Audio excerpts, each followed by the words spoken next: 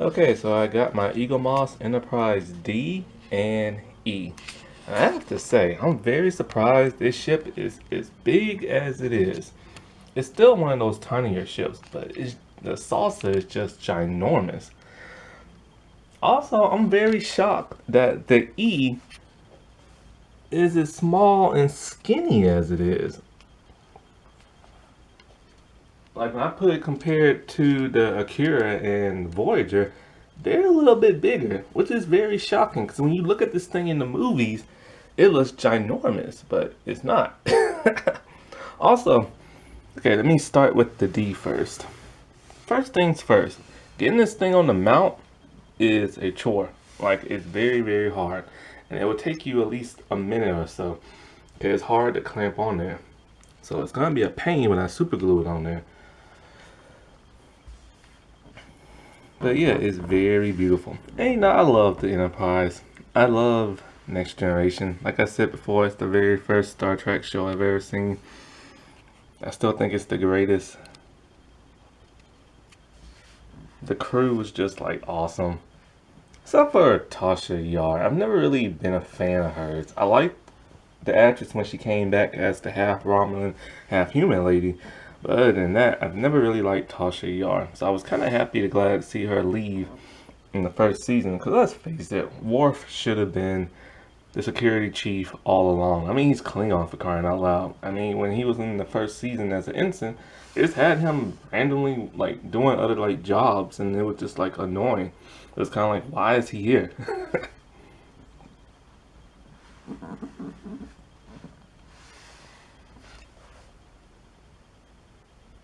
That is such a beautiful ship. But it was sad to see it go in the Generation movies. Moving on to my all new favorite ship when it came out in the movies. But I wish they would have made it bigger here. Like, yeah, by like going a little bit more, like it's kind of big, but trust me, it's small.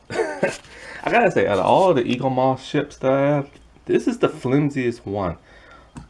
It doesn't hold on the stand very well like the Akira, but the nacelles are very plasticky and bendy.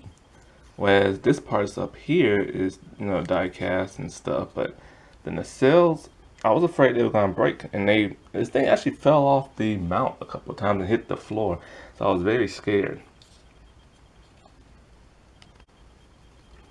I remember when this thing came out in the movie, man, it was just like awesome, awesome, awesome, awesome, and you can tell that the Nova class is part of the ship, like where I can't even see my finger, hit my finger, like right up here, it's Nova class.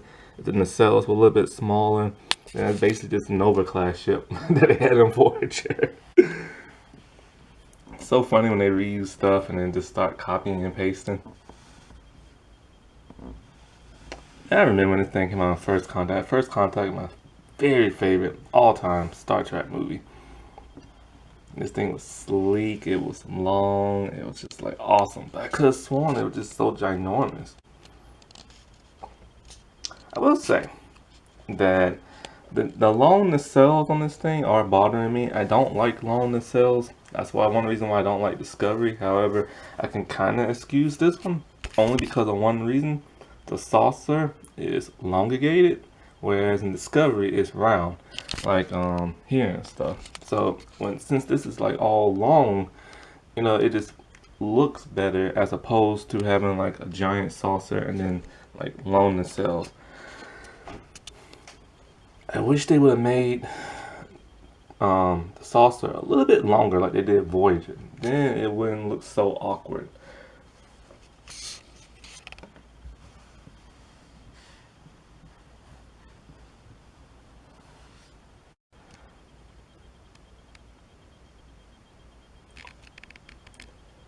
I wish I could display it like this, but I don't got enough room in my whatchamacallit thing.